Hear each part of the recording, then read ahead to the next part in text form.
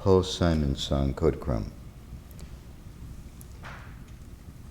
The first 6 images that come to your mind about me during the course of the time that we've known each other. Tell me 6 pictures that come to you. Well, I mean, there's an infinity of pictures of you drinking Chardonnay with a glass of wine in your hand and having conversations with me about the universe and whether or not we determine our own fate. The image of you driving that white Mercedes that you won in a poker game, that beat up Mercedes, was it a stick shift? Yeah, it was it. Yeah, it was a stick. And I remember you driving that thing up your very steep driveway in Laurel Canyon, and it was almost impossible. I mean, you were constantly stalling out. I remember you wearing a black kimono and lighting incense every morning when you would have tea and you would eat 1 power bar. You'd have 1 cup of tea, and you would light this incense, and you would wear this black silk kimono. And a lot of times, actually, you would leave this signature that you have, which is sort of like a Picasso-esque swirl of a sketch of a face that I guess is a self-portrait. And you say, yeah, and then you'd leave that by the tea and the power bar for my breakfast when I was staying with you, if you weren't going to be home when I woke up. So those are 3. There's you, your sketch, there's you driving the Mercedes, and there's you sipping Chard, which is sort of, I mean, that's a perpetual, a constant in the universe, sort of like the speed of light. Elliot drinking wine. Let's see. One of the indelible images I have is your wig gag. But I mean, I don't know if I can't do it with a hat on. Can you do it for us? Yeah, sure. It's a wig gag. Yeah, when you were, I think I used to ask about, how's your hair so perfect? He always had this wind tunnel blown look. And I think you were around, the first time you asked, I think you were around 5 or 6 years old, and you looked at my hair. Yeah, I thought it was a helmet or something. And I said, no, Sean, it's a wig.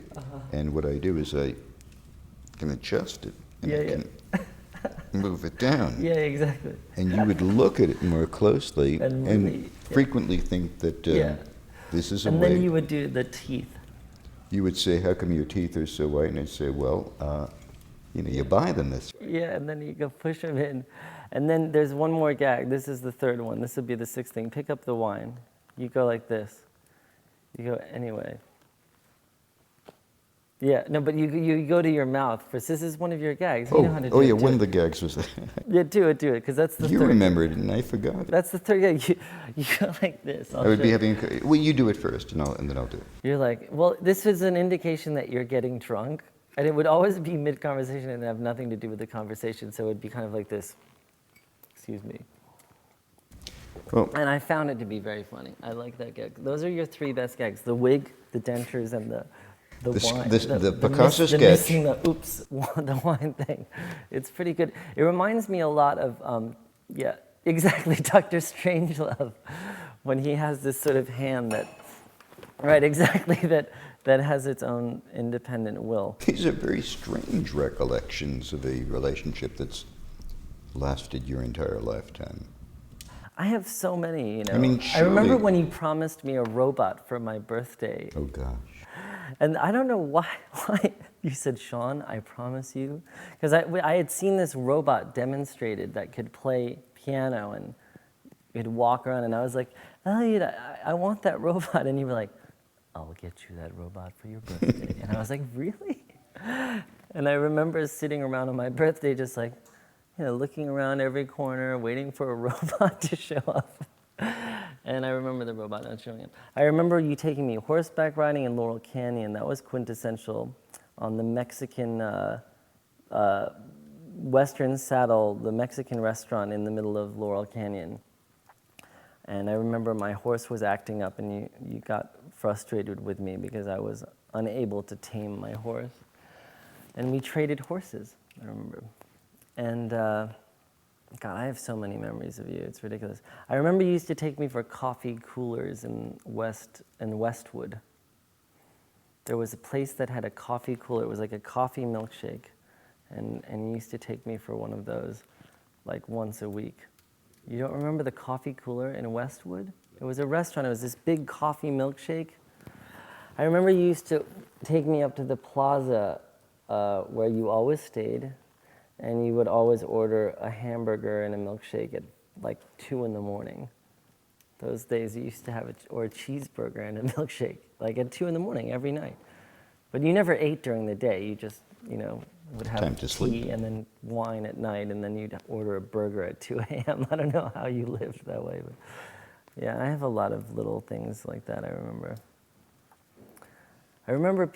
I have a very strong visual memory, but I have a terrible memory for names and dates. I don't remember what time of year any of this happened. I want to apologize publicly to you about the robot.